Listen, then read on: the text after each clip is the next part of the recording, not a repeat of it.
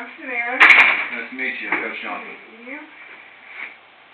How you doing? Good, how are you? I'm good. So, here to talk about Katie. She is one of our best golfers, and she decided that she wanted to go play intramurals against my wishes. And in their flag championship, she slipped and fell and hit her head, and apparently experienced a concussion. I saw her 2 days ago. She seemed like she was fine. I went to talk to the head AT, and they said that she couldn't be back in the weight room yet. So I guess my question is like, if I'm the certified strength and conditioning coach, why can't I make that decision? Yeah, well, I saw her, and she told me she took a day off, and she felt fine, and she was in a dark room, and she just was she tried to return to normal activity, normal life, cell phone, reading, and her head was really hurting. Which is a sign that you don't need to be progressing to the next step, because there's 4 stages for return to school, and there's 6 stages for return to play.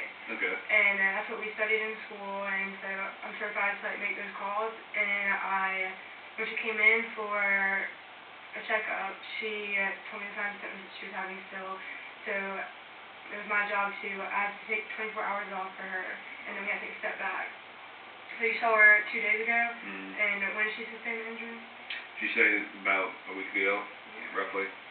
So she's obviously still having symptoms that are causing her to take the steps slower, because usually you'll be progressing a week. It just depends on the person, because she could, like I said, if she has symptoms, then she's going to have to go 24 hours without anything, and then we're going to have to return to the stage before that she was at. Okay. So you know how the stages go? I don't, I'm afraid. So the first stage is she's all off. She needs to stay away from her cell phone, basically sleep, because the concussion is a brain injury, so she's sustained a brain injury, so she has to give it a break. You know, just like if you hurt your ankle, you have to give it a little break for a little bit. And then the next is she can start doing activity, but she doesn't want to get her heart rate up too much. If she has any symptoms of that includes dizziness, headaches, she's losing focus or anything like that, then we have to take 24 hours off and go back to stage 1. So you see how I'm going here? Yeah. And then stage 3 would be she could start to jog a little bit, increase her heart rate, no contact.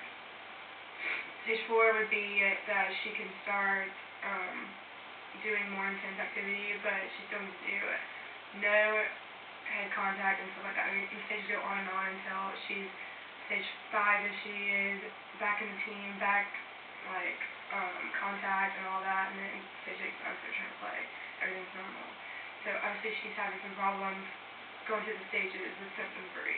Okay. So that's why she's being held. Okay. Makes sense. And so I guess in that case, how long do you think she'll be until she's back to 100%? Yeah, it really just depends on how she's progressing. She seems to be progressing well. She just had a couple of problems at the beginning where we had to obviously take it, which is the most important part of the stage. Right. So we had to give her the day off, take her back to stage 1, and then hope that she didn't get the same symptoms that she got before. Okay.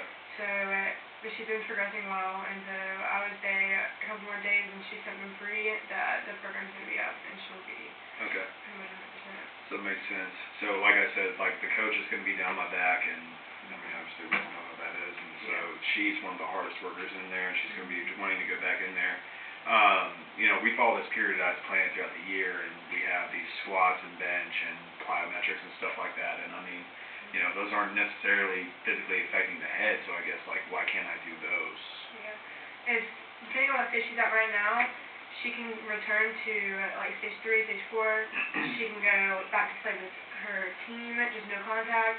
So maybe we should just adjust the schedule that y'all have, the weight plan, and we could put her on maybe a more cardio or something like that, because the stages, they progress pretty fast, and if she's symptom free, then we can progress it pretty fast. Perfect. So it could be a couple days and she's good. If she has symptoms, we're going to have to go back, that whole ordeal again.